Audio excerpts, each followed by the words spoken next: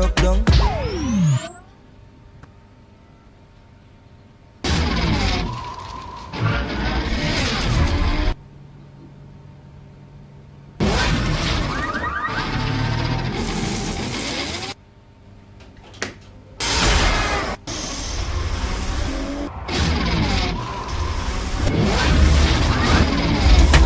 Gamtel G-Fiber, now you can enjoy super fast internet in gigabytes. G-Fiber is affordable, stable, secured, and accessible to homes, businesses, and enterprises. With Gamtel G-Fiber, the future is speed. Gamtel, creating a brighter future in communication. That's how she became mine and see the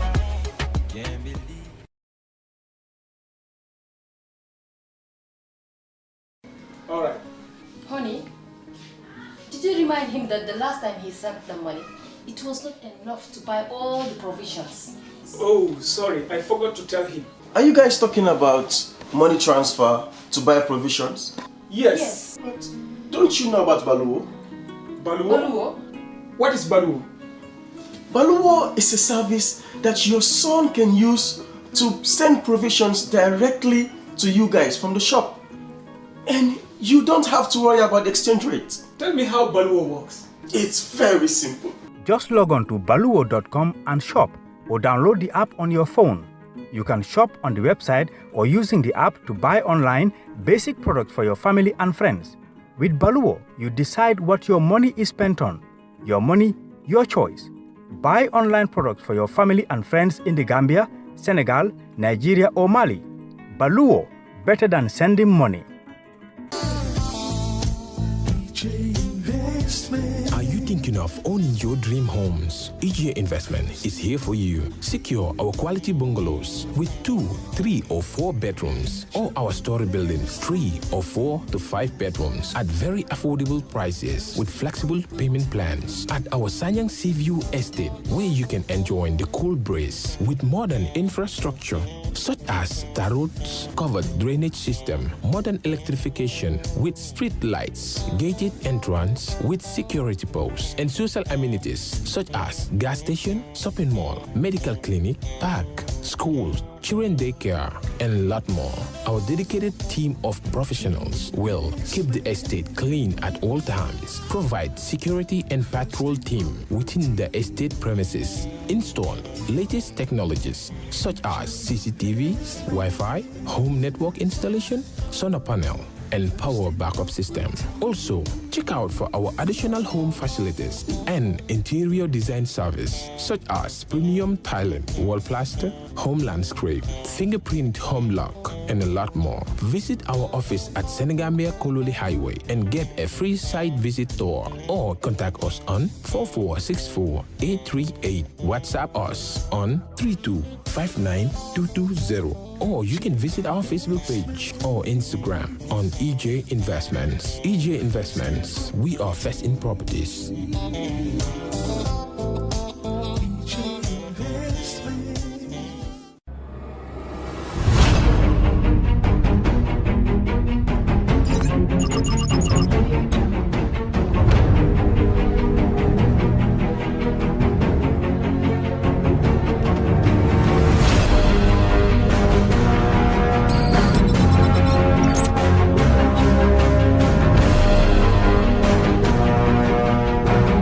In communication, connectivity is everything.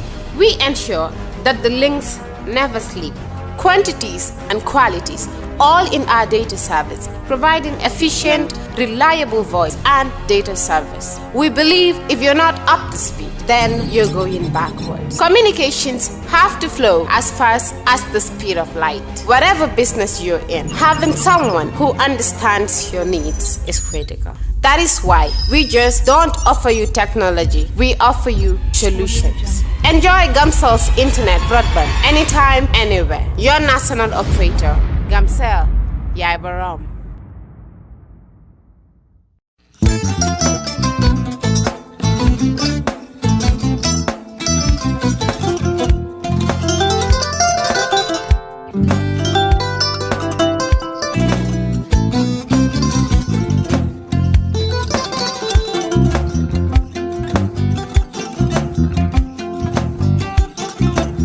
agada ke mbijan raga nyaade albaka mbaka important yo nga transfer la sto ya transfer la ha code nyinji okay korsa nsila id soto sa so sorry agada mbijan bro albaka mbaka bara alla service o tariya mbare ki janna nun kuno bara tariya jannom yona forest de bureau gambia tonkon nano mbali ya bele ha birim koyna fo kato bari si kodo kino kato nim fo bolon labe 56 branches mola sota gambia jam ha gambia kono ani gambia bantala bankol nko kodo kiya bele kodo sifa fo falindiro fo nyaadi lafta même na kodi to poto nin kodi maraw jannam number 1 ti nyonta andum fana nata anoda enterprise sotale wala nyindi ko domorol fana kol fana be firale de dadi manin domorol din fana be teat gambia dawda yalo ngam fa kendol sotale je wo moy o diat apelenta baraka ni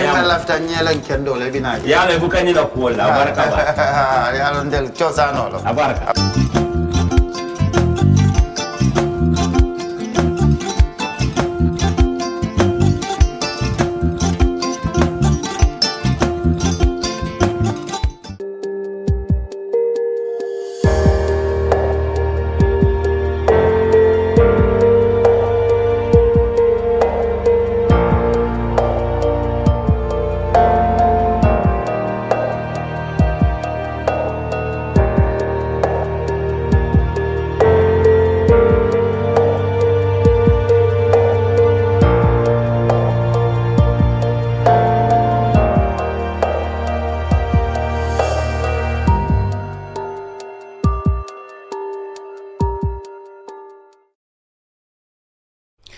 Hello and welcome to the brunch. I'm Lamin Cham, and in this edition, as we've already let our viewers know, I have the honor of hosting the Honorable Talib Ahmed Bensouda, the Mayor of Kanifing Municipal Council. We will be here for the next 1 hour, and during which we will discuss, of course, about the Mayor's professional and political career. We will also discuss he's halfway into his manifesto as KMC Mayor, what have been the achievements, the challenges, and the remaining work as we go into the second half of his term. We will also discuss, of course, the current political situation vis-a-vis the coalition government. Of course, the Mayor is very much part of the United Democratic Party, a big chunk of the coalition 2016. So, if you really have questions, or you are a great fan of Talib Ahmed Bensouda, then this is the place to be in the next 1 hour. Let me begin by welcoming you to the brunch. Mayor. Thank you so much, Mr. Cham. It's a pleasure. Right. People still ask me, what was Talib doing before he becomes mayor? Because apparently, when all of you came and sold your manifestos and programs in the 2018 election of the mayor, people said, Talib what? But by now, I mean, even those who never had have you said yes, he definitely have lived up to billing, even though you wouldn't accept that. But now, tell us very quickly, how did you come to be mayor? And by that, of course, I want you to tell us your upbringing, where and when. All right. So before I was mayor, I was running my own business in trade, importation and distribution. Before that, I was working at Takaful Islamic Insurance, which was at the time the only Islamic insurance. Is there anyone now? No. Well, I believe there's new ones. New ones. Yeah, okay. But at the time it was. I was working as an operations director. Right. In charge of marketing and sales. Before that, I was not in Gambia. So I came back in 2010. Okay. So before that, I was studying and working in Toronto, Canada. In Canada. Yes. So that's pretty much where I was. Yeah. Politically, though, as I said, I came back in 2010. Yeah. That was my first elections I voted, 2011. All right. Of course, I'm very young. That was presidential elections. Yes. How did you vote? If UDP. UDP. Yes, Oh, of course. So you have course. always been UDP. I've always been okay, UDP. okay. So when I left, I was too young to vote. When I came back, was my first time I could vote. Yeah. And I voted UDP. Yeah. I'm of course very disappointed. Yeah. But then the next 4 or 5 years I spent working, trying to build my career as a young man and trying to build a family. But was politics among some of the things you were doing underneath when you were not quite known between 2010 to 2016? Nobody have ever had you in politics. Not at all. I was vocal, of course, social media. But politics was not something I was actively engaged in. Yes. But I come from a political family. Yeah. My father and mother were all part of the PPP government then, prior to the coup of 1994. Yeah. So I was always exposed to politics. My uncle was also the MP of Nyani. Talib Bensouda. Named after. I'm named after. You're named after. That's why a lot of people get confused and they believe I am much older than I really am. Yes. So in 2015, that's the time I really took a deep interest in local politics. Okay. For me, it was more personal. Okay. As a young man, you want to be in a country where you feel like you can make it, where you feel like there's opportunities and there's a future. Okay. And increasingly, I felt like there was no future in Gambia. I came back from a progressive country, and I came back for one single reason, is to be in my home country and to make it in my country. I could have stayed, got my citizenship, and tried to make a life elsewhere. But this is where I'm from. So I began to get increasingly frustrated, and this is why, for the first time, I started really paying attention and engaging in local politics. You know, of course, the solution lies in politics. Of course. I think when I was younger, I felt like politics was for older people. As young people, we have no business in politics.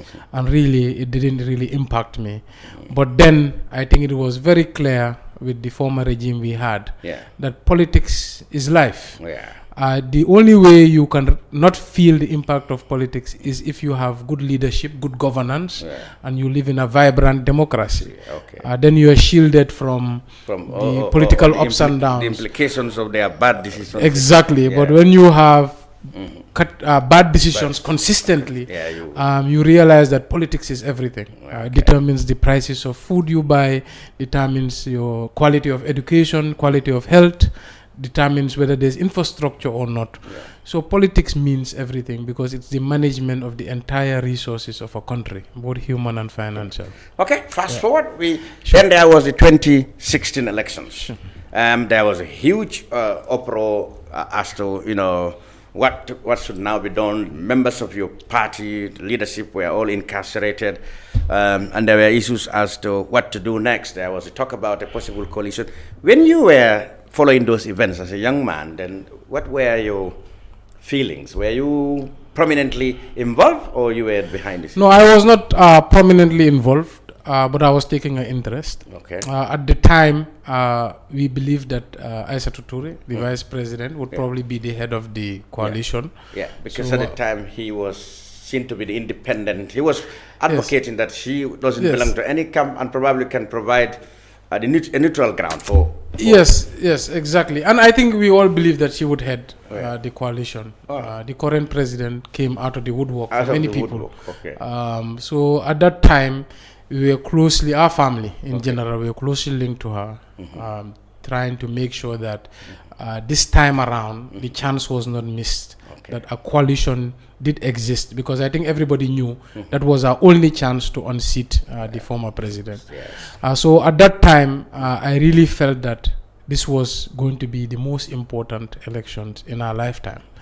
And 2011, I voted opposition, but I did not believe that they could win. They could, whether it would be fair or not, I had my doubts. Exactly. But in 2016, it seemed like the stars were aligning. And for the first time, there was a chance, and I was convinced. And you could feel the energy in the country.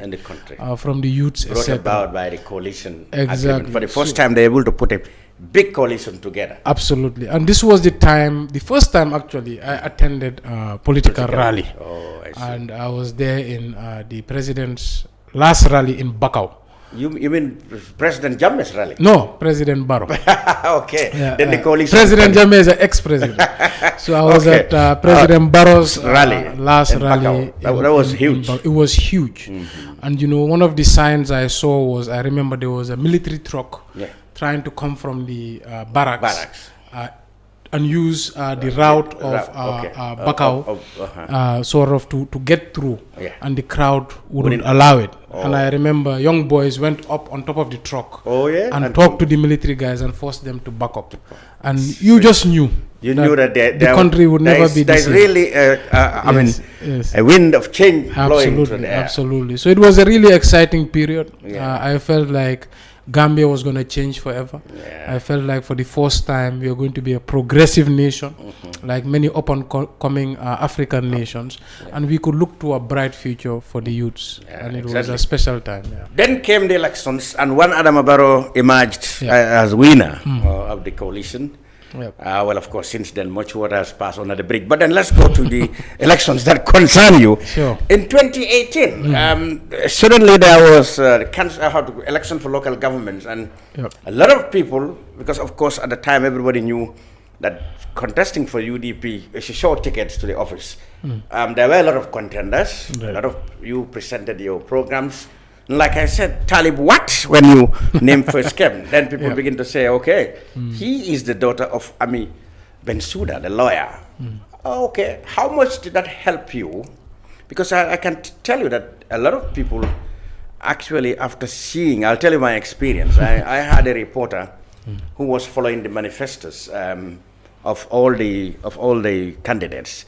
When he saw your manifesto, he said, look, this man really is the one who I think will going to appeal to a lot of people who have common sense. I said, but how is that possible? This guy, nobody have ever heard his name. He said, just follow his manifesto. And his name is Talib himself. So now, yes, can I ask whether the part your mother must have played in the UDP or behind the scenes could have contributed to your nomination or your selection by the party to contest? I highly doubt it, but of course everybody has their opinions. So of course my mother is a great contributor to the UDP since 1994, both legally and financially. Those who remember, even when Dabo and Co were incarcerated, she was representing, one of the lawyers representing them in court, and recently they won some sort of repayment from the government through the ECOWAS court, and she was the lead lawyer representing that. So of course the family, the family as far as I know, most of us are UDP. We are staunch supporters of the party, and like I said, naturally I felt this is my party. However, I would say if the party did not reflect my values and my principles and only reflected those of my mother, then I would not be part of the UDP. But the party does reflect my values and principles, so it was also a natural choice. Now 2017 is when I began my campaign, because my first choice was to become MP. Member of Parliament. Which constituency? Representing Serekunda West. And I tried to get my application, but at the time my son was born, I was out of country, so I was very late to submit my application. But of course, Madi Sise is an excellent MP, and he's a very good friend of mine. We do collaborate on many things. So given that late nature, I decided that maybe this is not the time for me. But at the time, I had an uncle, Uncle Kutubo, who he was a doctor at RVT. Kutubo Mane from Kutubo Mane, yes. Yeah, the late, I remember. The late Kutubo Mane. So he convinced me not to give up and to look at other opportunities. At first, he asked me to run for mayor, and I told him I believe mayors are for old people. And I see. People with white hair, grey hair. And he said, no, Talib, it's about the substance and your capacity to deliver. So I said, no, let me just focus on a smaller thing, maybe councillor. In that way I can balance family, business and politics. But he was so against it and convinced me. So once I went back to my family and they all said, look, you've been saying that you want to play your part. You don't want to be a spectator. You want to contribute. Just go for it. Just believe in yourself. And that gave me the hope. So the first person I naturally went to was the party leader. Oh, I see. Yes. So I said, I am interested in the mayoral competition for the UDP. For the UDP. And he said, no, you have to go and ask the people. Nobody can make you mayor. You have to go to the people. So from May of 2017 up to, I believe, March of 2018, I was launching a very aggressive grassroots campaign. So like you said, when I started, people used to say, oh, this is Ahmed Bensouda's son. That's how they would introduce me. But by the end of it, by the time I developed my programs, by the time we got to most of the people, I started making a name for myself and an independent identity as far as politics is concerned. And now they would say, this is... this is Talib Bensouda's mother. Yes. So I mean now it's so I actually have a story about that. My mother went to a naming ceremony in Sanyang, and they introduced her at first. This is Ahmed Bensouda from the Janneh Commission. Everybody kept quiet. Then they said, she's also the mayor's mother, and everybody got up. So, interesting. Times have changed. Yes. Right. We're still in there because in the period leading up to the elections, like I said, people were wondering, wow, Talib, what? But like you said, when you got elected, I mean, even those who really naturally did not support the party. Okay, let me go by it. Let me first ask you. Do you think at the time you were not known? Do you think it was your popularity or the party's popularity that got you elected at the time? Would you agree that it was the party's popularity that actually get you elected because you were not fairly unknown to the people? Well, or both? Let me try to analyze it. Yes. Both. But UDP was the majority reason. If I was to analyze, I would say maybe 80 to 90% purely because of UDP. And I would have won without that other 10 and 15%. Because the margin between me and the runner-up, which is the APRC, was about 13,000 votes. I was 29,000 votes. Rambo Jata was 17,000 votes. So without my own influence, I would have won anyway. But where I would beg to differ is by the time it led up to the primaries, I had done several interviews. I had campaigned all over the municipality. So I had started forming my own also identity as a politician.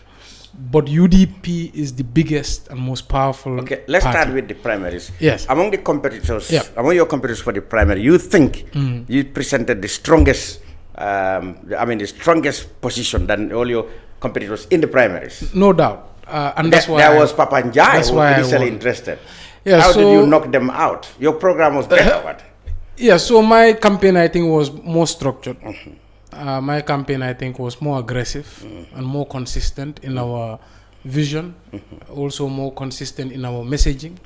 And we had a policy of not speaking about our competitors. We had a focus on our programs because we felt like Gambians were hungry for progress, we're hungry for change. Don't spend your energy talking about other people and distracting away from your message. So we were a very structured campaign, both on the grassroots side and also on the intellectual side. We developed the manifesto. Many said you really appeal to the young too. Absolutely. And I think once we got to the primary, I had about, I think, 5 competitors. There was Mustafa Toure, Majidi Toure, there was Papa Njai himself, there was Badi Jaite, Buramanding Jaite, and there was me. And I was definitely the youngest by far. Let me go back a little bit. Your critics who would like to paint your party said, one of the things that's not going to work, that's not going to work for Talib is that these people are, they painted an ethnic identity with the party. They said, this guy, he doesn't even have a Mandingo name or surname. He will not stand any chance. How you must have had such I had it from outsiders, but not within the UDP. So I think this is one of the theories and some of the rumors people have developed about the UDP, that my candidacy has debunked. So a lot of people were saying UDP is a tribal party, is a Mandinka party. I went against, well, with the exception of Papa Njai and maybe Majidi, I went against 4 other Mandinkas. Even Papa Njai more or less more close to Mandinka. So So in that sense, it debunks the whole theory that UDP is a Mandinka party. How could they give the biggest municipality, probably, arguably, the most important municipality, to somebody who's not part of the Mandinka tribe? Who probably said you couldn't even speak a word at that time. Well, yeah, but there's been major changes. So I think also what really helped in my primary, we had 5 minutes to appeal to the delegates. And in that 5 minutes, they gave you a chance to convince them and change minds. And I believe my speech, I believe people felt it. Just from the expressions from the crowd, but also the applause. I believe it was the loudest. And I think one thing I said, which was genuine, was, look, if you've come here because somebody has said vote for Talib, or you've come here and somebody has sort of influenced you to vote for me, but you don't believe in my message, then don't vote for me. Go and vote for somebody you believe in. You sort of do a doy type of politics. But that was from the heart. I know. And I think sort of influenced certain people. And in the first round, I got 68 votes out of 141. And that I was 3 votes shy of winning in the first round. But by the time the second round came, I went up to 80 plus votes. So your critics, people who are opposed to your campaign said your campaign started buying out people. Well, you know, this is campaign. People say anything. And they will use anything to really degrade you and to delegitimize your campaign.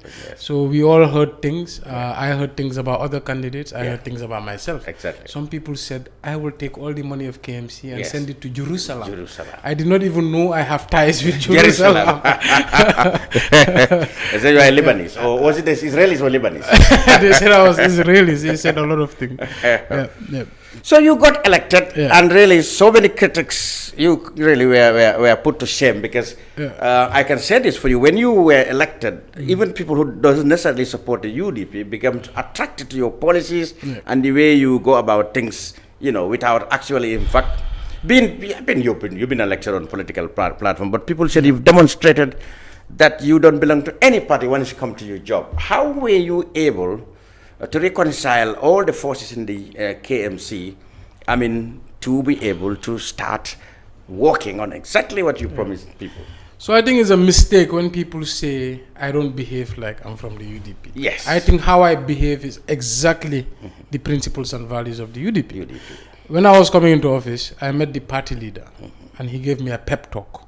And what he said is, Talib, when you go in as mayor, do not differentiate between parties. Always remember that everybody was voted in by Gambians. Exactly. If a certain person won an award, it means majority Gambians voted for that person. So you need to give the voters their respect by making sure that you treat all the councillors equally. Because at the end of the day, when they go back to their wards, they serve all. They don't just serve one party versus another party. And in every ward that UDP lost, there's still UDP supporters there. So development has to happen in that ward. And this is the approach I have taken. Many people think it's an independent style or something that is unique. That's different. In a way, than you UDP. you won a lot of applause and I mean admiration from even those who are not necessarily. It's because I implement UDP principles and values to the letter. Okay. And I approach it the same way my party leader has said I should approach it. But it's politics. People don't want to affiliate me with the UDP just because that would give points to the UDP. So it would be more convenient to say, oh, Talib's progress is independent from UDP. Are you sometimes but I assure you it's all the same. You don't get sometimes worried that people are giving you a lot of applause that feels you uncomfortable, and they're probably pitting you against people in the UDP or the party itself, you know? Well, for me, when I approach work, I approach it single-mindedly. I approach it with conviction. I'm a person who does things based on what I believe and based on my principles. I'm not worried about who feels offended about it. As far as I believe this is the best thing for my municipality. You don't encounter jealousy from people in your party who think you are getting very popular and probably you're building an independent political base. Well, if I build an independent political base, UDPians should know that that is their base. I am attracting more people to the UDP and not trying to hive off. Like I said, I was nominated and brought forward by the UDP, and I will make sure that I try to win for the UDP. The day I believe that UDP is not the right party for me or is not doing things the way I believe it should be done, I will announce and I will leave. But as far as things stand, UDP is by far, as far as I'm concerned, the best party. We will come to the UDP more. Let's talk on your on your job as mayor. See, yes, you mentioned the words. There are 19 of them, if I'm right. 19 councils. 19 councils. Yeah. Does that translate to 19 wards? Or yes, there are it translates to 19 elected councillors and 6 nominated. Yes. Now, when you take office, how do you? You mentioned, of course, some of them in your manifesto. How you want to tackle the everyday challenges of those 19 wards? That is waste collection, problems with rent tax, cleaning, and all sort of things. How did you go about in the last 2 years of your office to address the needs of those people? So I approach it as a problem, like I do even with business. You have to really prioritize and create a hierarchy of needs. When you look at our municipality, what is the greatest problem at the time was waste management, because the reason it goes up on the hierarchy scale is because waste management directly relates to health. Nothing else matters if we are not healthy as a people. So we had to prioritize that and bring a solution as quick as possible. When I was taking office, there was 45 dumps illegal around the municipality, creating a lot of health hazards. Now there's almost 0. And when they do prop up, we sort of engage it immediately. But with the introduction of our mbalit trucks, which is 23 in number, we have seen malaria cases go down within our municipality, confirmed by the Ministry of Health. We have seen waterborne diseases go down. We have seen blockage of gutters go down. So that had to be our number 1 priority. It is still incomplete, I have to confess, because we have the processing side, which we've not yet found a solution for, and that is the backward dump side. It's an elusive problem, a big problem, a problem that has lasted for a very long time. But we are extremely determined to bring a solution within our first term, and we work hard every day to bring about that solution. Second, in the most important things in KMC, which is also in my manifesto, is for KMC as an institution to have service delivery and bring quality of life for our people. We need the resources, and that's both financial and human. And one of the issues we found in KMC was a lot of malpractice. We found also a culture of sort of corruption. Also, we found capacity issues and a lack of focus and vision of the staff. So we came in and said, look, we have to have a human resource audit and try to create a scheme of service. So I created 9 committees. One of them was the Establishment and Appointment Committee, who hired an HR expert. We did the audit. They had recommendations. We tried to bring in the right capacity. And also as a leader, I had to bring in a culture of governance and sort of a vision that everybody could aspire towards. And I mean, it's not perfect. It is incomplete, but it's a huge leap from where we found it. Financial resource-wise, KMC has a lot of financial sort of, the revenue base is pretty large, but the revenue collected was very small. And that prompted me to say during my campaign, I'm an economics student. Based on the amount of economic activity within the KMC, my best guess is that KMC can generate up to $1 billion in revenue. It became a huge attacking point by our opposition, my opponents. And what we've seen since I've came into office within these 2 years, we have found the revenue at 120 million. We are almost at 300 million now. Within 2 years. And we haven't even put in the right investments, which is including the addressing, the street naming. I was coming to that too. Etc. That would give us the platform to really get where we need to get. So we have just made sure, one, we've limited the amount of corruption on the collection side, and our revenue has jumped. And we have improved compliance. But of course, there's many things we want to do. Yes, and some of those things you tackle, like you are right. If you don't have the money, much as you would love to, you wouldn't have the resources to do it. And you have improved now the revenue from 120. Now you get 300 million. Almost, Good. But then, of course, vision is what many people credit you for much of the success you've recorded. Like you have this great vision to introduce this ballot project, which provided 20 or 19 trucks. 19 trucks, part of the project, 4 trucks directly purchased. Good. Yeah. You borrowed this money from Mohammed Jazz Company or Mohammed Jazz Bank or something. Can you tell us? Right. So how we structured it was via public-private partnership. Yeah, PPP. Okay.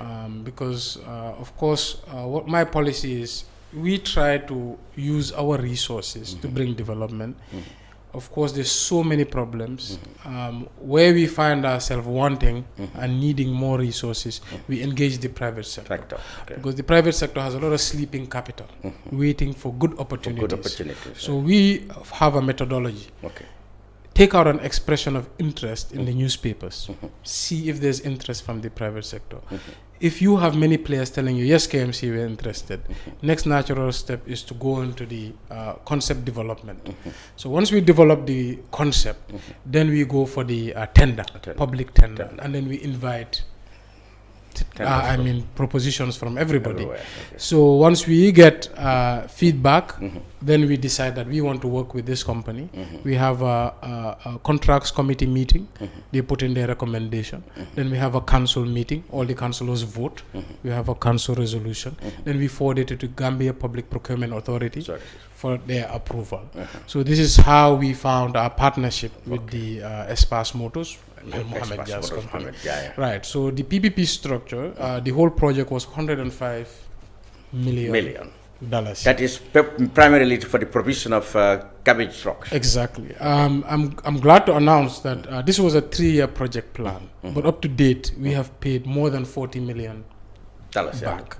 So in terms of the PPP, now the KMC owns more than 8 trucks out of the 19 trucks. And you are still far away from the target deadline for you to be able to pay them up completely. Yes, so we are actually ahead of schedule. You are ahead of schedule? Yes, so based on our current trajectory. When did they arrive? Last year? So they arrived last year in August. In July. We commissioned them in August. In August. So it's a little over a year. It's a little over a year. And you are able to raise 40 million, which is nearly half of their price. And I believe we'll get within a year. We'll get to 50 before the end of the year. So by the time you are 2 years, you already finished and own them now. So our trajectory is 2.5 years at the max. We're now KMC from 0 waste collection vehicles. Now they own all the 19. 23. Well, before we bought directly. And what we want to do is we want to bring a culture of maintenance, a culture of replenishment. So several mayors down the line will never find a KMC with 0 waste management capacity. Fantastic. Now let's talk about, still on the garbage, the backwater dump side. You see, that is the elephant in the room. Absolutely. It's always been a problem. You basically may have the ambition, but you simply don't have the money. How are you going to tackle this?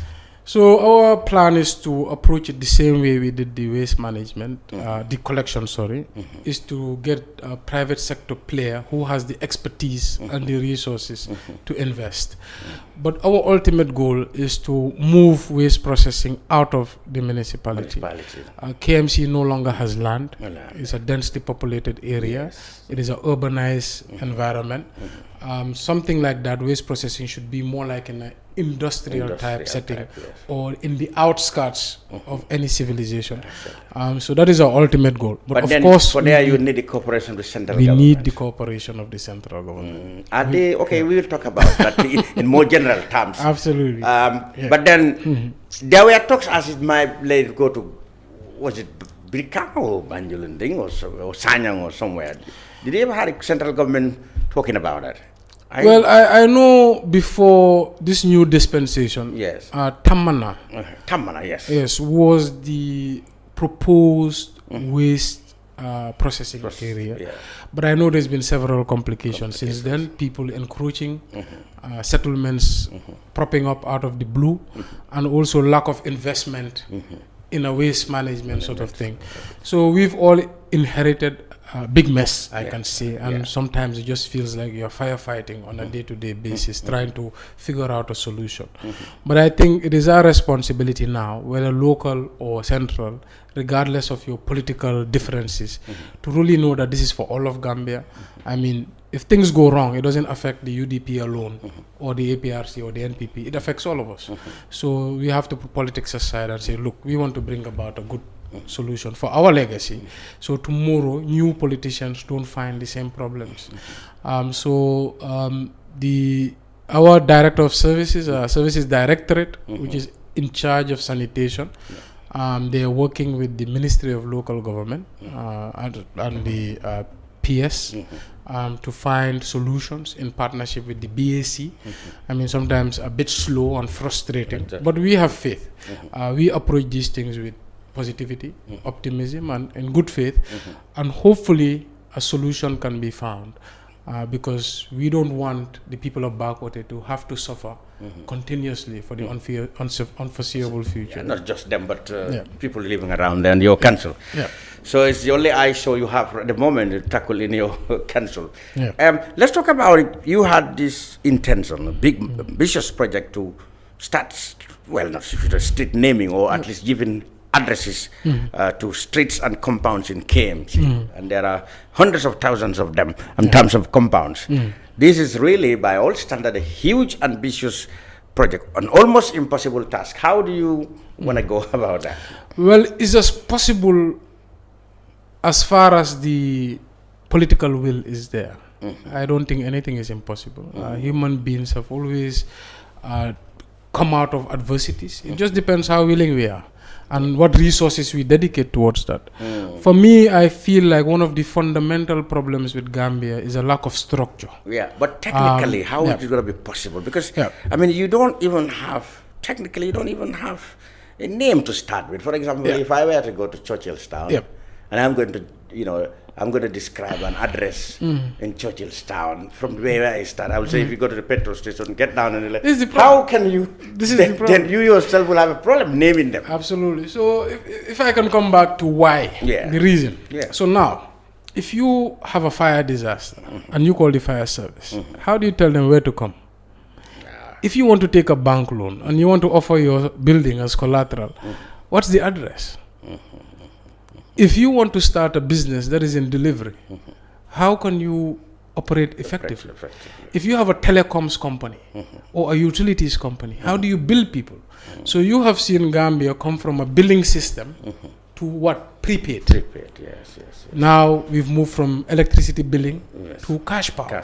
So we've moved from direct telephone billing. So you mean that all this eradicates the need for addresses or something? So if we have addresses, we will have the fundamentals to develop. We will know where people are, where people live. We have to find them. Addresses are very basic and very fundamental for our country's development, for security, for the economy, for tax collection. It is essential. So when we came and looked at our municipality and we say, look, for us to develop, we need resources. For us to get those resources, we need to know where people are. So KMC has estimated 50,000 legal residents. There's estimated 20,000 illegally settled residents. And these are people who've gone into swampland areas, etc., etc. But with this 50,000, we are collecting less than 30%. Because you don't know where they are. Because we don't know where they are. We cannot reach them. We cannot reach them. They live there. Every day they're there, but we cannot know who is who. And we don't even know an updated value of their properties. KMC on record has certain properties that were empty land in 2005. Today, they are probably a multi-million-dollar complex, but they're still paying empty land rates. Wow. So this is a huge problem, not just for KMC, but for the entire country. Not just for local, but for central government as well. But when we came about with this solution, what we wanted was to get buy-in. We needed the political support of the central government and for them to also see the fundamental nature of this project and the importance. We also needed the private sector to see the gravity and how this might boost all their businesses. I don't think it will affect just one business. I think it will affect all businesses positively. So we were trying to get all this support, a mayor coming in, new, naive, wanting to get everybody on board. But of course, I believe the politics gets in the way. I believe people, maybe we've not done a good job to sell it and how good it is, and people were not attracted. But I think it can be done. We just have to revisit the problem. Last year, we've made significant strides. And coming back specifically to your question, in every ward, with the Ward Development Committee, we have created street naming subcommittees. The alkali is a part of it, the councillor is a part of it, and his WDC. And they're charged to look at all streets and come up with names. We came up with conventions. No naming after people, because that can bring arguments. That can bring political problems. Exactly. And we even were trying to resort to just numbers for now. But if you don't, you have to resort to numbers. Once we get numbers, but then all the streets, there will be repetitions too.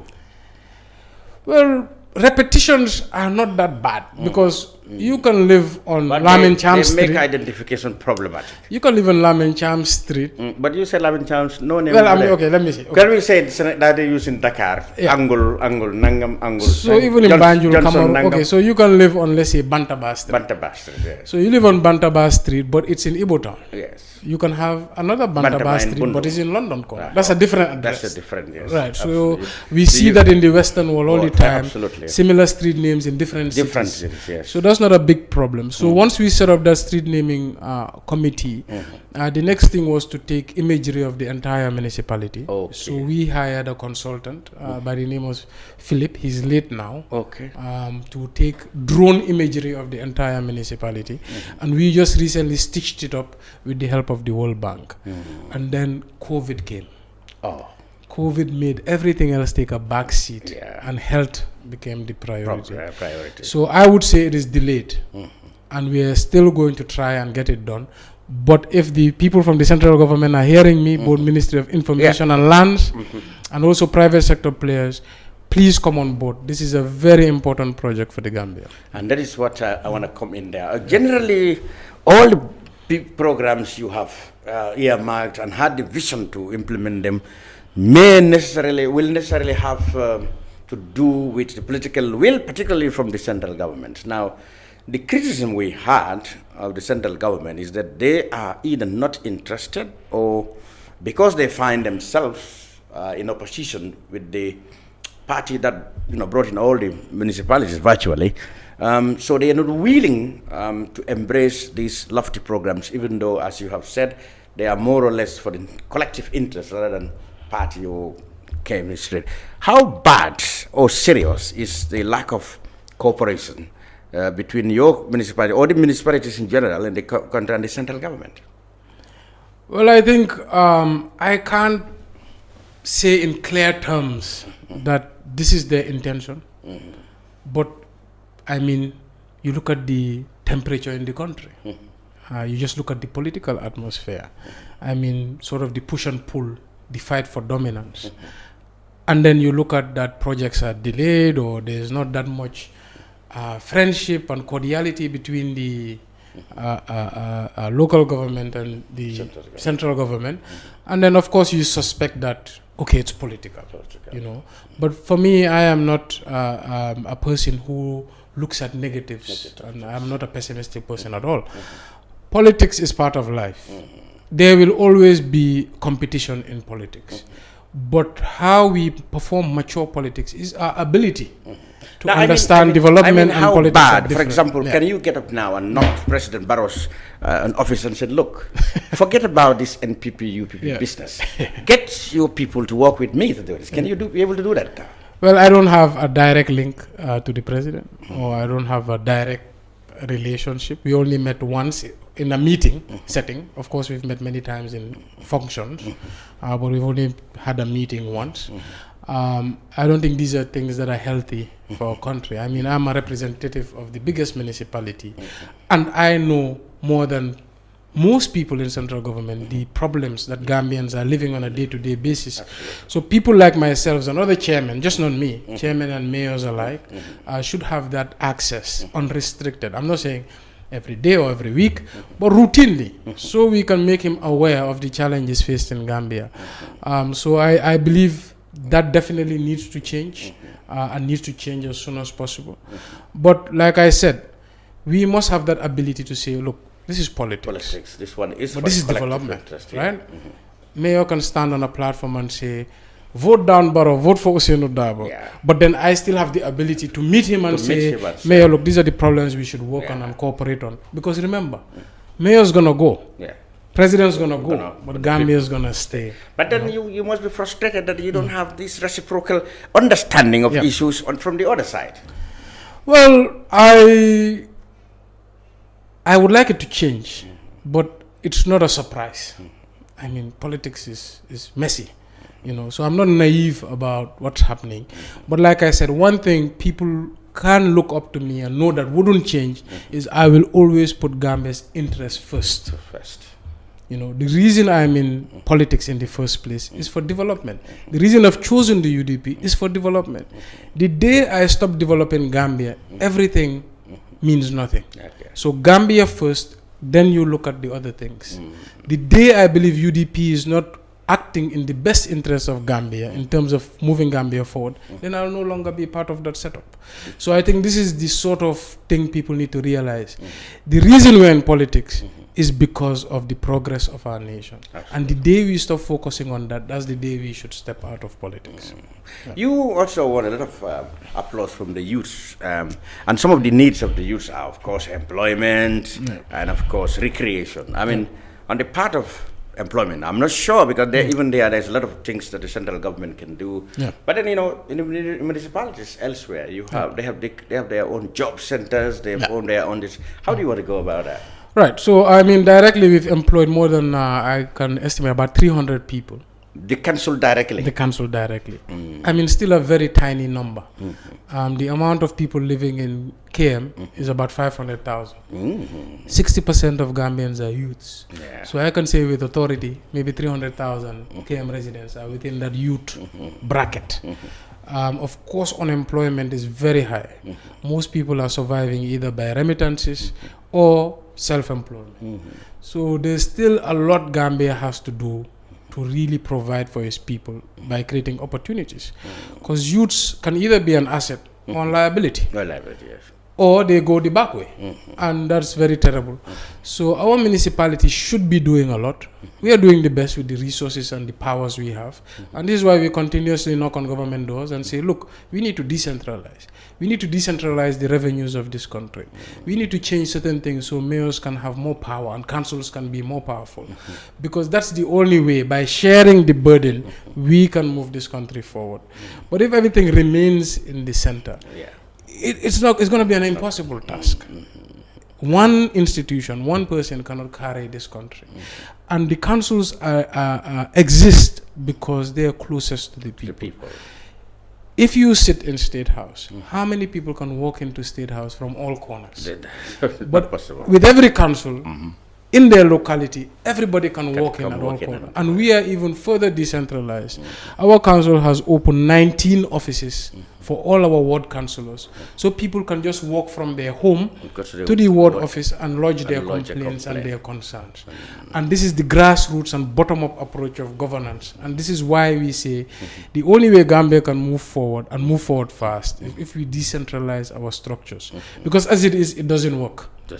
That's why everything seems broken, everything seems unavailable, government is not very responsive to the people, because local government is not working. If you're in the UK, your council provides housing. They are the first present. They are the first present. Some people don't even know what the Prime Minister does. You can go to hell. But the council is providing... If the mayor is good. It's providing education, it's providing housing, it's providing healthcare, it's providing roads, basic services, unemployment benefits. Councils are doing 1,000 things. Council flats, they're providing housing. In KMC, that's going to be possible is if we have public-private partnerships and willing investors. Many a times the challenge is one, the community wants to maintain those areas as free zones, meaning they can enter freely and use it freely. And if you want to attract private equity, they would like to, they want a return. They want a return, So how do you mitigate those two interests?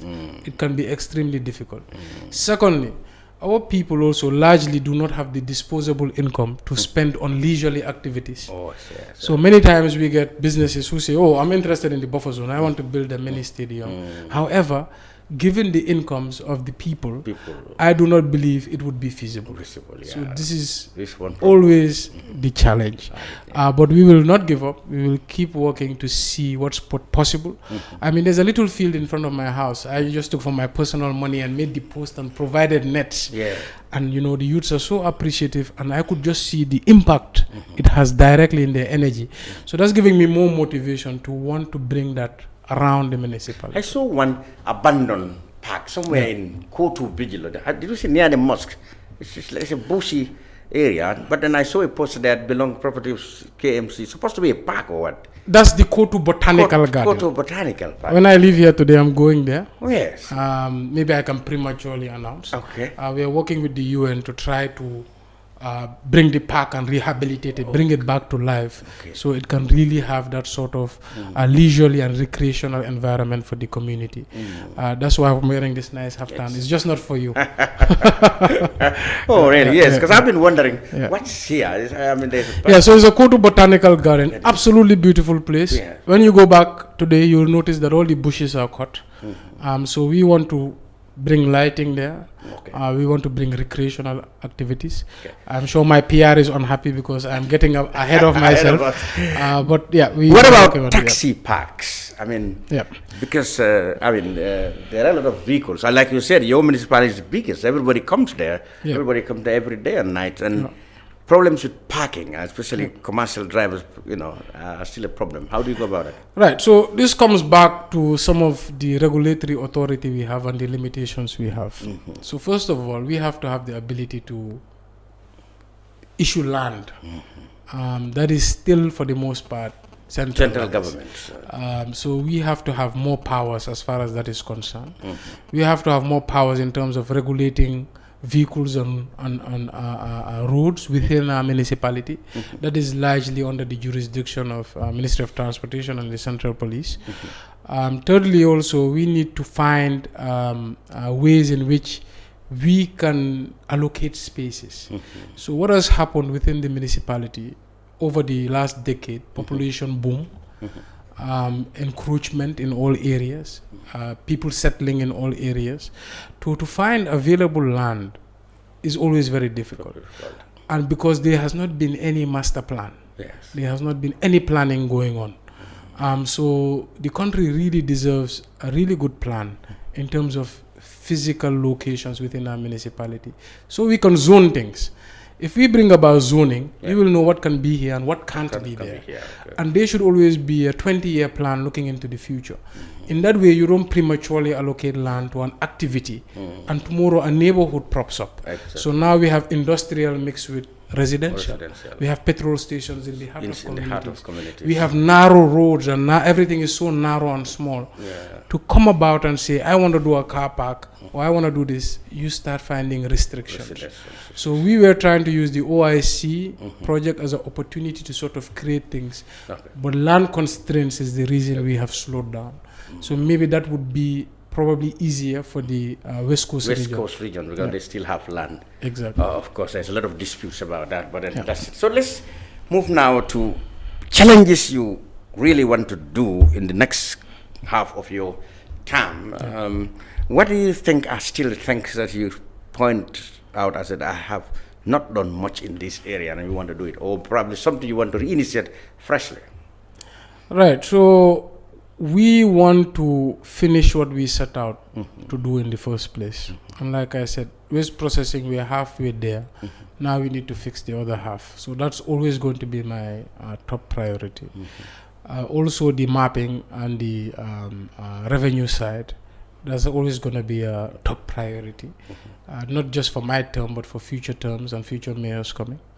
The third issue as well, which we want to really do a lot in, is infrastructure. Increasingly, roads are dilapidating.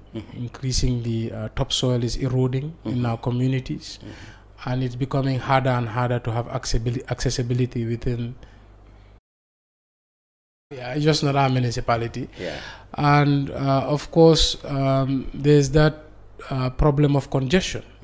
and the amount of time people are spending in traffic.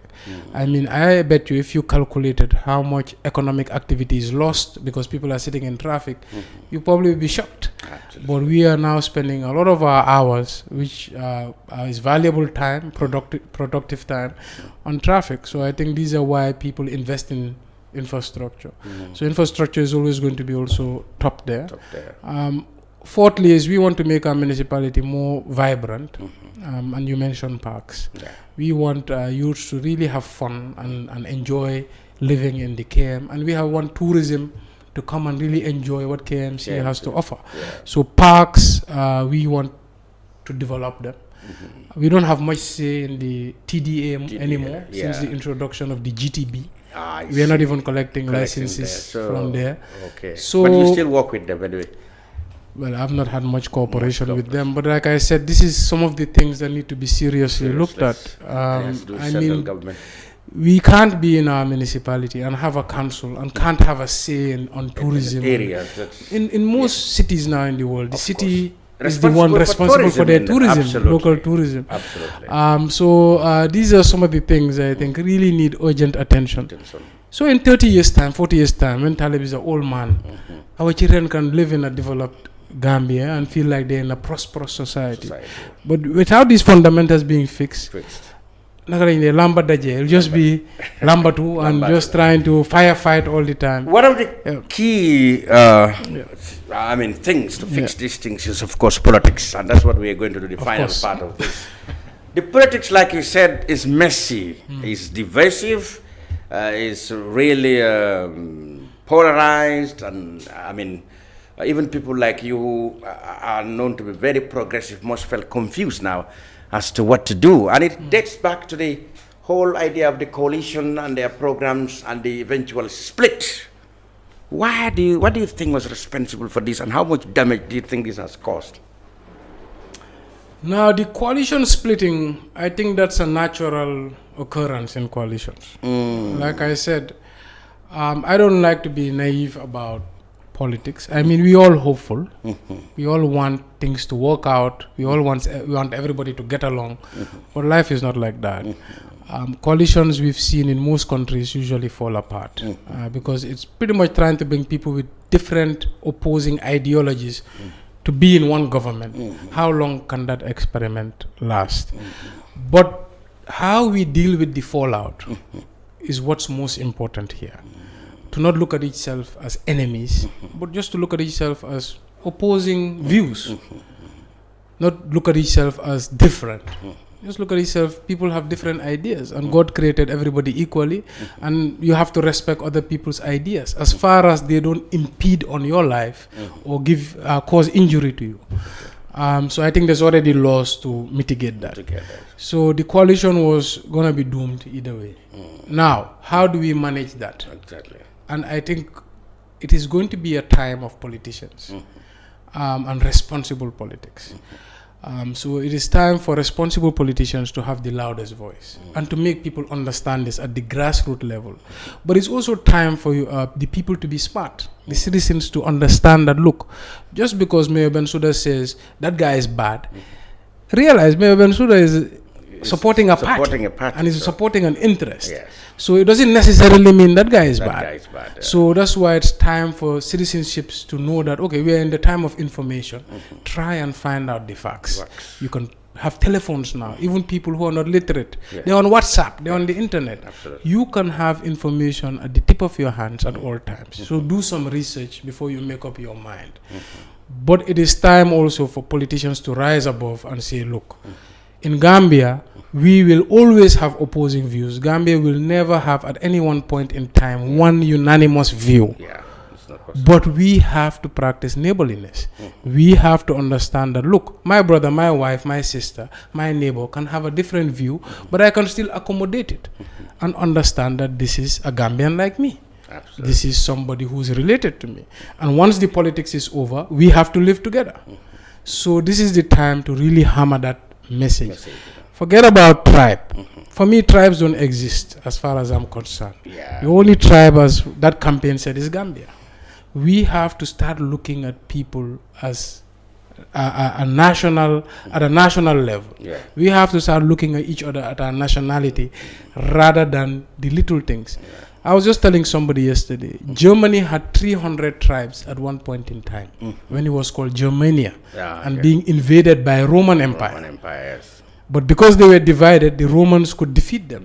But once they united, forgot about all their little tribes and came together as Germans, they became powerful. They were powerful and nearly ruled the world. And that lasts up to today, exactly. Economically. So our development has been interrupted. So we all also need to be students of history. Exactly. Our development was interrupted by European empires who enslaved us and took our resources and came and divided our continent. Exactly. And this continent was not divided along our tribal lines. It was divided along interest and battlegrounds. Exactly. So we now find ourselves living together, different tribes. But what's done is done. Yeah. What we should all look at is we are Africans. And at the end of the day, we are all now mingled together, we all have intermarried, and we are all related. My wife is a Fula. My mother is a Mandinka. My father's grandparents are Mandinka. I have Jola relatives. Absolutely. This is the new Gambia. This is the new world. So let's all try and build our country around one identity, which is being Gambian. And I promise you, our development will be very fast. Now let's talk about the nitty-gritties of this politics itself, the various groups. You've seen now we're heading towards the 2021 elections. There have been issues with the reforms, such as the biggest, of course, being the much talk about has been the draft constitution, etc., etc. What has been your position on that? Well, it was the biggest disappointment, I would say, of the new Gambia. I mean, the draft constitution was something also, remember, every Gambian was personally involved. I being the mayor of the biggest municipality, they came. I was there. I gave my speech. You know, they came and asked our opinions about local governance, about different things. And we all created that content. Were they captured in the draft? Some of them were. But we all have to understand, we all cannot get what we want in the constitution. Everybody must give a little. Everybody can get one thing, but you can't get the 10 things you demanded. The point was, this government was supposed to come and transition Gambia into an era of democracy. The way to do that is to institutionalize democracy, and the most fundamental document of that is the constitution. So we just had to give it a chance. I wouldn't have mind if they had gone and it was debated for months. I wouldn't have mind that. Of course, I know it's a difficult process. Perhaps people will come to their right senses. Exactly. It should have been a debate, and it should have been a debate of substance, where we would hear our MPs perform and you know, tell us what they believe are the principles that should be there or shouldn't. And then let it be a process. And then the people who are the ultimate owners of this document should have been given the chance to vote. Referendum to vote. So I haven't lost hope. I think there's still a chance, but I think it should be taken of utmost importance. The document has a lot of gravity. What do you make of the fundamentals? What do you make of the theories that people were divided, you know, on various points about the constitution, and the opposition, most members of the opposition are accusing the executive for not, in fact, being faithful, you know, sincere with the document itself, since they made their opposition to certain things there. They made that known to the CRC itself back in April. Your leader, of course, the UDP leader, Hussein Odabo, said Barrow's masterminded the defeat of the constitution. Well, many people felt the same. Although I mean, that's what it seems. President advisor said no, he had nothing to do. He had no MPs in the parliament. So I mean, like I said, based on the debates we've heard and the headlines we've seen on the newspaper and some of the things they have said, they're in opposition of. That's the suspicion. Okay. Right? That's the suspicion. But look, I want to move past the suspicions, because at the end of the day, we all need this document to work. Whether you know it or not, you need a new constitution, and you need a more democratic Gambia where voices can be heard without fear or favor. So at the end of the day, I think we should bring this constitution back on the table, engage the CRC. I don't think it's a good idea. Well, they said it have been legally, they've wind up. Well, they should be brought back. Or a certain group. Some said it should be illegal to bring any other group different from them. Because that's the constitution. But what we hear now, what we hear now is both on the government side, no matter how lukewarm, is that they have an interest in bringing it back in some shape or the other. It is not only should be an interest, it should be their duty. And it should be every member of parliament's duty, whether you're different UDP, APRC or whatnot, that look, this is one of the reasons we have brought about this transition. And the most important by far is the constitution. So we have to fight to make sure, even though it will be difficult, even though there will be many views and many debates, let us keep the process going. The premature nature, it just was shelved, is what I did not like. I thought it should have been something that went on a long process. And every point, I mean, fine, if the government has objections, let it be debated. Let them be presented by the Attorney General. Let parliamentarians debate it. Let Gambians hear. You know, so that's all I'm asking for. And I believe it will happen because it has to. All right, let's talk about the elections. Elections coming 2021. The election bill. I don't know how much interest you have. That of course you would be interested as a politician. The migration to the, from the marble to the ballot paper. I mean, there was recently a validation workshop. Of course, you were represented by your party. But what are your individual views about it? So I'm leaning towards the marble because of my trust for it now. We never thought the Jammeh could be taken out, but we did it through the marble. And I have that intimate connection now with both the marble and spot counting. But of course the IEC is arguing that there's many parties, it's not going to be feasible, and look, marbles are out of date things and whatnot. But then in that case, I am interested to know exactly how the ballot will be managed, who will manage it, and what insight can parties have into that management and outside observers, for us to also be able to trust the new process. But for me, I don't think we need to reinvent the wheel. If we now know that the marbles work and cannot be rigged or cheated and will build the trust of the population, let's just stick to it. Because now even the people who are not educated know how it works. So that is my opinion on it. But if the IEC believes otherwise, then they need to build that trust with the people. And what are your own perception of the IEC itself? Many politicians, especially the opposition, believe there should now be a change of leadership to inject a new, fresh confidence in them. What do you make? Well, I would reserve my comment on that and let my party executives answer that.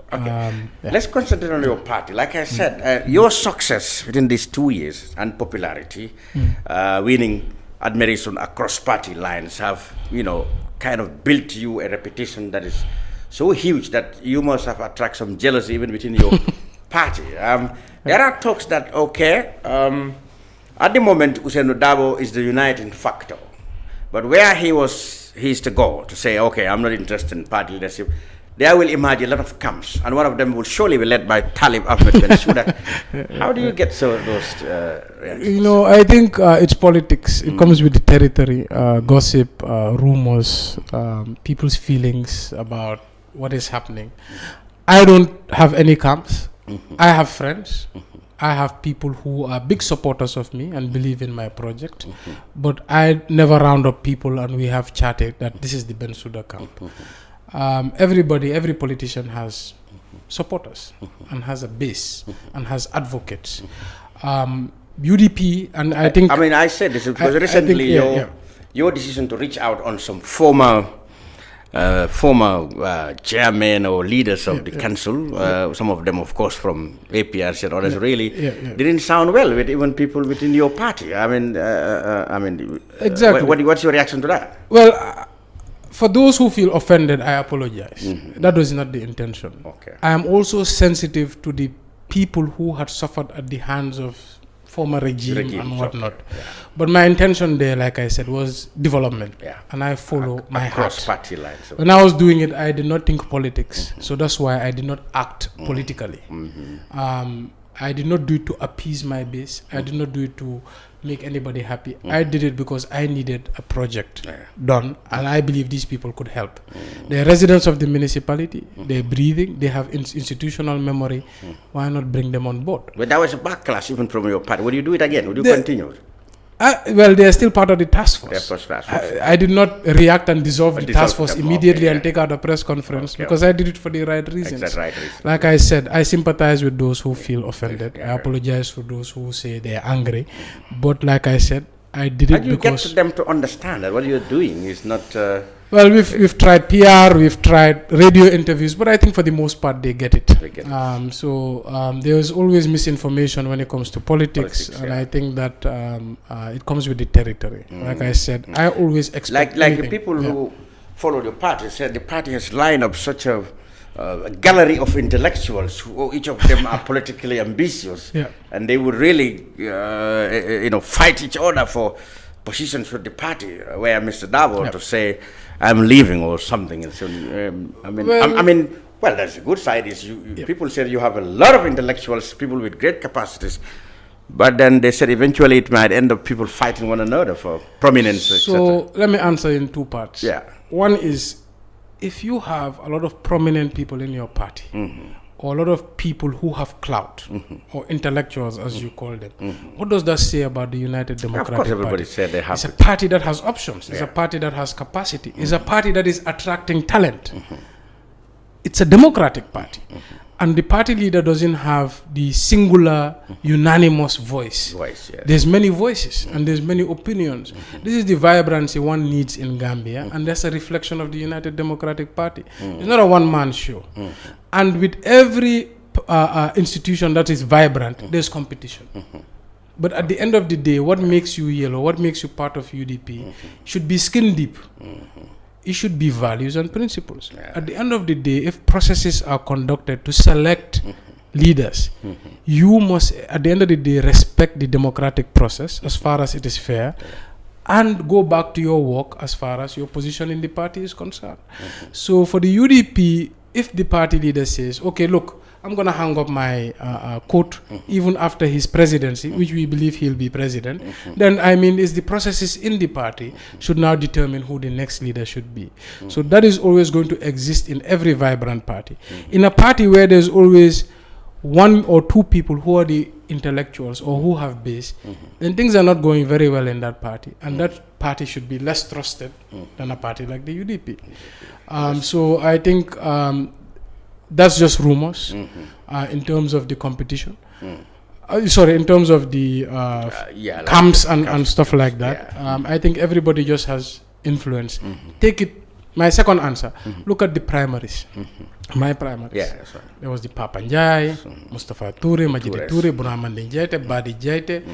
A lot of these guys had capacity and they could have been good mayors, but there was competition. But at the end of the day, well, most of them rallied behind the decision. But the party rallied around me. And my nomination was, I think, one for the ages. And today you have been a proud representative of the party. I am a proud representative of the party, and I'll continue to be an advocate for the party. And like I said, the reason I believe Ousainou Darboe should be president, and if I didn't believe it, I would say it, or at the minimum, I'll keep quiet, is that he has the contentment. He has the perseverance and the dedication and the patriotism. Over 22 years, can you imagine? Fighting against a strong person like Yahya Jammeh, who not only controlled the security forces, the resources of the country and the politics of the country, and to have that determination and tenacity to repel him over and over again, just shows you what the man is. And let me tell you, it would have been very easy for Darboe to go to Jammeh and say, look, give me millions of dollars and I will hang up my coat and you can be the king and rule for life, a billion years. He could have. Of course, if he was in it for money and self-interest, but he didn't. And when it came down to it, he was ready to die, to risk his life to walk out and say, look. So for me, I think if a man like that is given the chance, he can bring the reforms quickly, which we thought this government would do, but didn't. He can bring the reforms quickly and hang his coat and say, Gambia, here's the legacy I promised you. And like many people want, then the young guys can come and argue their points about why they should lead Gambia. Now there's this new party called the National People's Party. People believe it's an offshoot of the UDP, and it's taking their militants away. Do you believe that the NPP is even taking UDP supporters? So, if I can answer it like this, NPP did not exist prior to the election of 2016. Yes. But all the other parties, for the most part, did. At least the parties of note or big parties. Yeah. So the Gambian population was already divided amongst these party colors. Yeah. Some argue that there's a huge population who are largely youths who don't subscribe to any party. Yes, that's but true. that's yet to be tested. So now you have NPP, a new party. Of course, for them to exist, they must, people are already divided. Seemingly, they have to get. They must have got people from one everywhere. place or the other. But one thing I can tell you about the UDP is true. People have left and joined the NPP, but people have also joined the UDP. I mean, I can count you how many APRC people. Yeah. Maybe not in numbers of the grassroots, but even in the prominent members who have joined the UDP and now hold executive positions. So in politics, people always move around. Of course, there's a core that stays put, but there are people who move around, and that's to be expected. But I can again tell you with authority, as things stand, the way I see things, UDP is still the biggest party in the Gambia. And if we have elections, especially with simple majority, it's a foregone conclusion.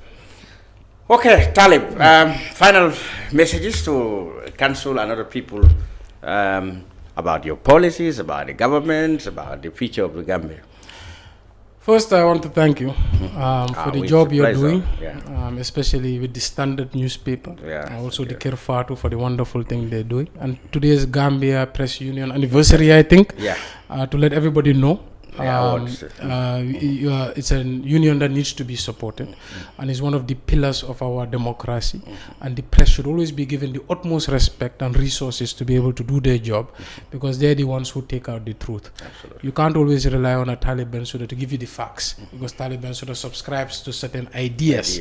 But if you want unbiased, independent analysis, the media are the people, and they deserve. But that's what they're expected to do anyway. Exactly.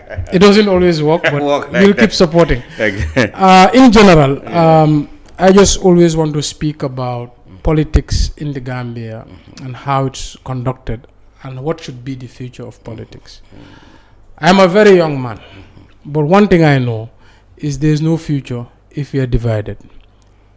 We can have differences, we can have different opinions and different ideas, but we should never allow that to be more than skin deep.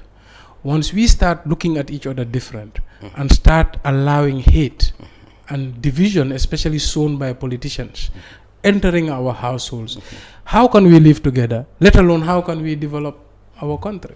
So it is very important to all understand Gambians are brothers and sisters. Even immigrants who have come, live and are contributing and are following the law are now our cousins.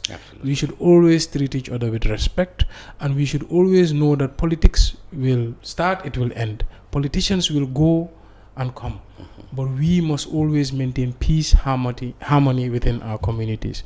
So this is my message to the Gambian population. Fantastic. Talib Ahmed Bensouda, thank you very much for being on the brunch today. Well, I was the mayor of Cardiff Municipality, Talib Ahmed Bensouda, on all the issues that might have been interest to you as a member of the municipality or as a Gambian in general. Thank you very much, Mayor, for joining us. This has been The Brunch with Lamin Cham. Until we come back here next week, goodbye for now.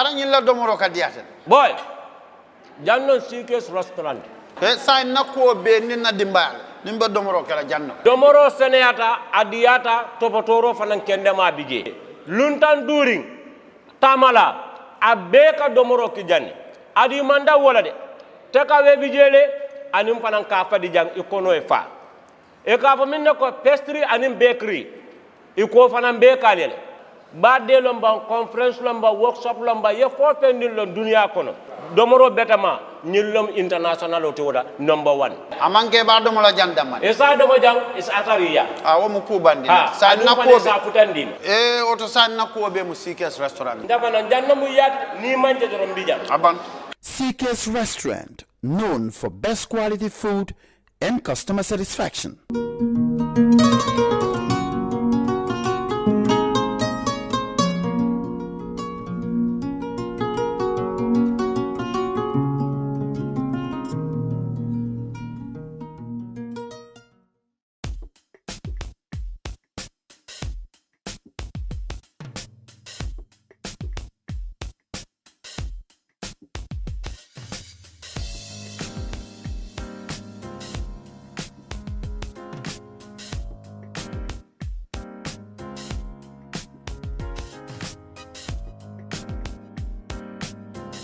Miss B Designer Outlet is the #1 quality and affordable stop shop for all your needs. Get your evening dresses, suit and ties, office wears for both ladies and gentlemen, beach wears, sport wears, pure leather shoes for men, quality belts, bags, heels for our beautiful ladies, original perfumes, accessories, and a lot more.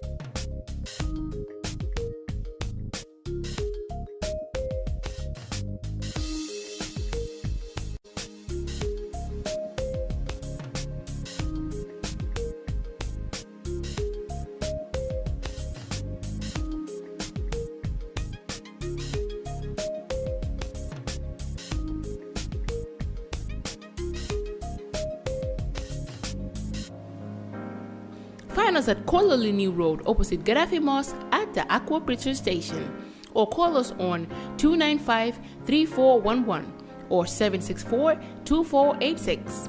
Miss B Designer Outlet. Shop right, look good.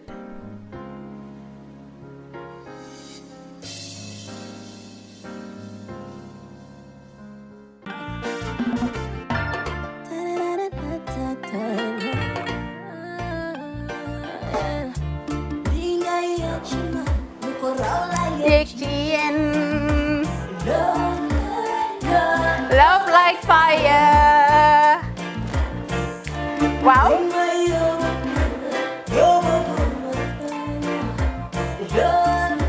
Love like fire. Xam ngeen rek affaire bi xam ngeen fan la?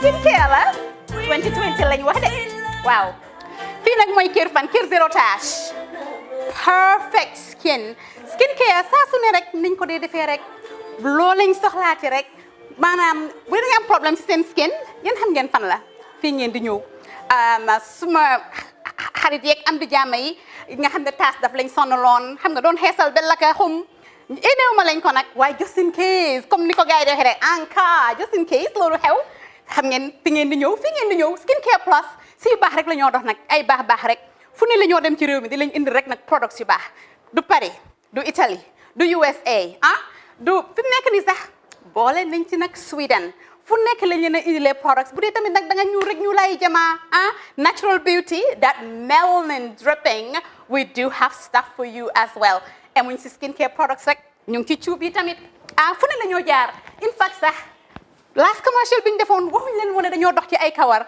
9A grade rek nag waaw we do have bundles as well hair si lu ne la ñoo dox ñun ñu ngi ci rafetal jigéen rek luy taaral jigéen rek waaw boo leen di tukki tamit bëggoon rek classic suitcase ñu dañoo dox ci ay Samsonite duñ dee indi any brand of suitcases though other than Samsonite comme li ma dee wax rek boo eggee airport dëri Samsonite dafa am nuñ laa xoolee waaw ngeen ne lan nag waaw skin ci moom la ñu gën a xamee nag skincare products ci moom la ñu gën a xamee ñu ngi dox tamit bentey tamit si ay dàlla man waaye man nag skincare mooy suma specialty xam nga rek jigéen bu sa xar kanam réglé loo def mu jag am nañ Patricia Reiner Kiwi Eye the whole range Lighten Up Gold Tomatine I mean the list can just go on and on and on and on lépp loo xam ne rek luy taaral jigéen la ci yooyu rek la ñoo dox skincare plus nag emuñ si Gambia rek ñu ngi United States ñu ngi Gambia fii ba pare bu dee yaa ngi anywhere in Europe mun nañ la ko mail within 3 days rek ñetti fan rek nga jot say diw emuñ si loolu rek dañ laa consult tamit balaa ñu laa jaay diw dinañ def a free consultation pour wax la rek exactly li nga xam ne moo méngoo ak sa kanam dinañ leen wax tamit ne rek am nañ perfumes fragrances men's shirts accessories we do dresses as well we do blouses I mean we do shoes name it we do them Skincare Plus 2020 is our year of perfection zero task fi mu nekk nii réew mi fii kenn waratu fi task kenn waratu fi am problème kanam kenn waratu fi am problème picture boo ko amee dafa fekk ne rek ñëwuloo ci place bi fii